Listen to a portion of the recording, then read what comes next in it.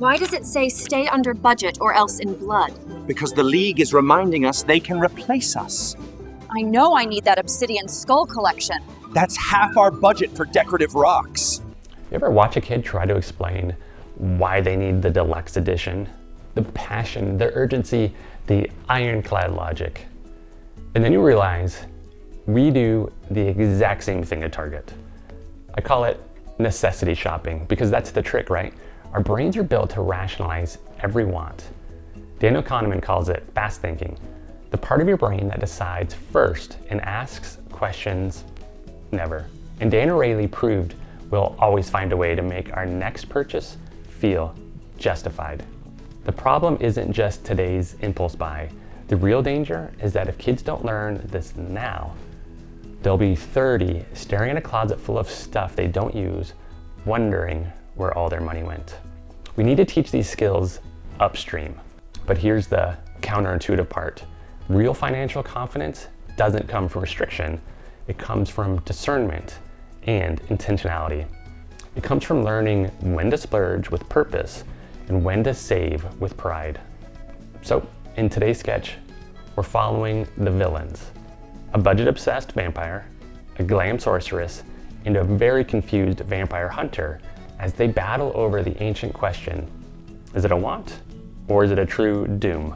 Spoiler, even the undead need a spending plan.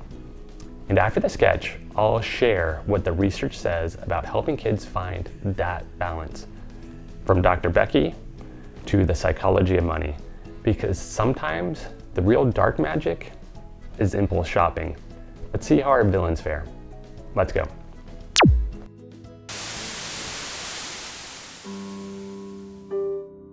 Prioritize your wants. Budgets don't mean no. They mean choosing what matters most and spending less on what doesn't.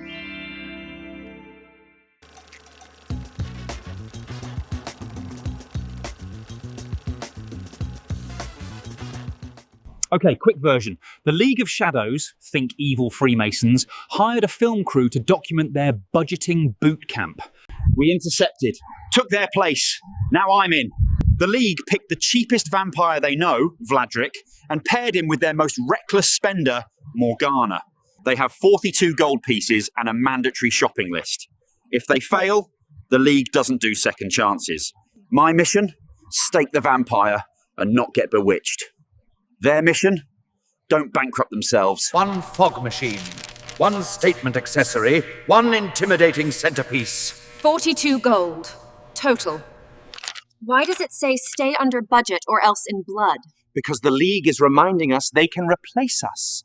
I know I need that obsidian skull collection. That's half our budget for decorative rocks. Vladrich, I don't check prices. That's for replaceable people. Perfect. Then you can be irreplaceable. Alone. When the League replaces us. We're observing a rare predator in the wild, the glam sorceress. She hunts using one tactic: confidence. 3 items, 42 gold. We got this. We're disciplined. Disciplined. With taste. No taste. Taste is expensive. Which of these says eternal dread more convincingly? They're the same skull. One is 8 gold. One is 6. One is 6. Then we're buying the 6. I don't do 6 gold centerpieces, Vladric. I have a brand. Yeah, you, random shopper. Skull A or Skull B? They just asked a civilian to choose between 2 identical skulls. He chose Run for Your Life, which is frankly the correct answer. Sound guy, which skull radiates more power? Both. Equally terrifying. Why is your boom mic pointy?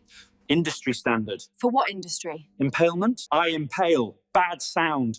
Aggressively. I need to address the accents. Vladric is doing Eastern European vampire adjacent. Morgana is doing international luxury. Then suddenly, their accents disappear faster than a spirit Halloween on November 1st. And then mine follows like regret after gas station sushi that sits next to a humming ice machine. I'm getting this one. That's nearly 20% of our budget on one skull. It's an investment piece. It's a rock that screams. Which makes it memorable. What if you compromise? What? 1 high-impact item and 2 budget-friendly picks. You get the statement piece, but balance it out with cheaper options. Pick the thing that matters, the thing people remember, then save smart everywhere else. You stay under budget and look intimidating. Premium skull, discount fog, and clearance candles? One thing that says fear me, and two that say I can still pay rent. You don't wrestle Morgana away from the shiny 8 gold doom rock. That's how you get cursed, disintegrated, and reviewed poorly on Yelp. Instead, give her one thing that actually matters. The statement piece. The one fear me item people remember. Then you go cheap on the stuff nobody remembers. Fog? Nobody's like, wow, what artisanal fog? And candles? As long as they flicker ominously, they've done their job. 1 hero item, 2 background items. Total's 41 gold. We did it? We're under budget. By 1 whole gold. They did it. Under budget. I'm genuinely proud. Like watching 2 toddlers share the same toy and nobody screams. Which is bad because I'm still here to stake a vampire. And the worst part? My first instinct is to congratulate them. Like a coach. Like a mentor. Like a youth soccer dad. I can already hear it, brilliant Van Helsing. Instead of ending him, you became their emotionally supportive financial coach. When in extreme conditions, the first thing to go is your accent. Mm-hmm. The second is apparently my face. If my disguise changes, that's not a continuity thing. That's, shaman survival stuff. Don't fact check it. All right, welcome back. So what did we just learn?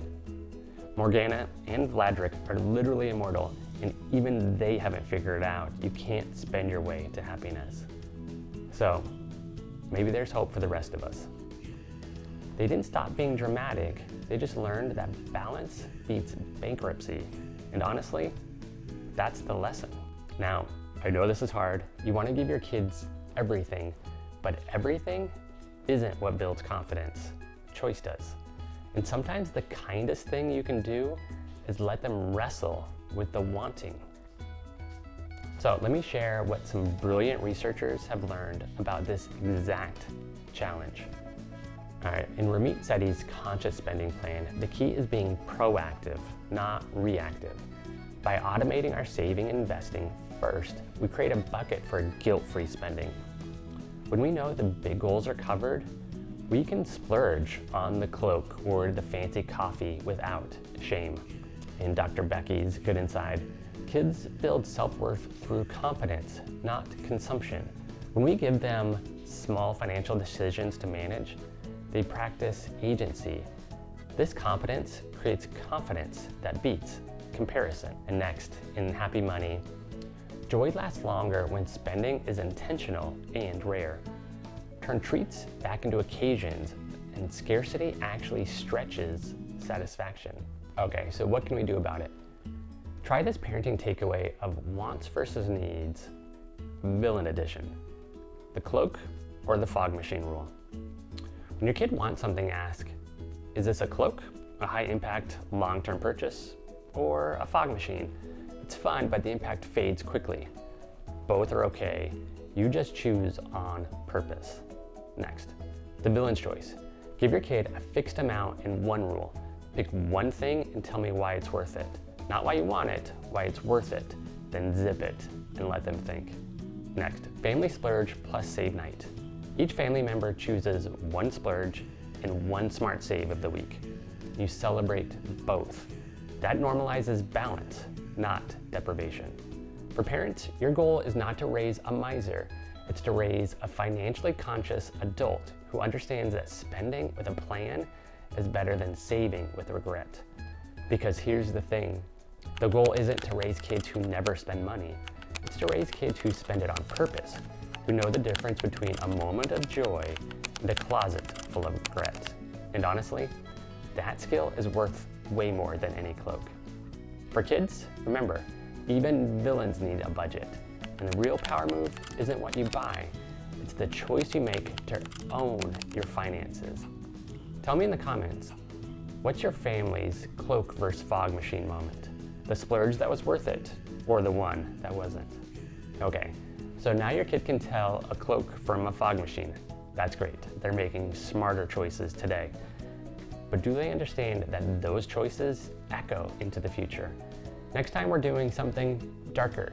A kid who has everything gets visited by 3 ghosts who show him what happens when I want it now becomes a lifestyle. It's a Christmas Carol meets financial literacy, and it might be our most important episode yet.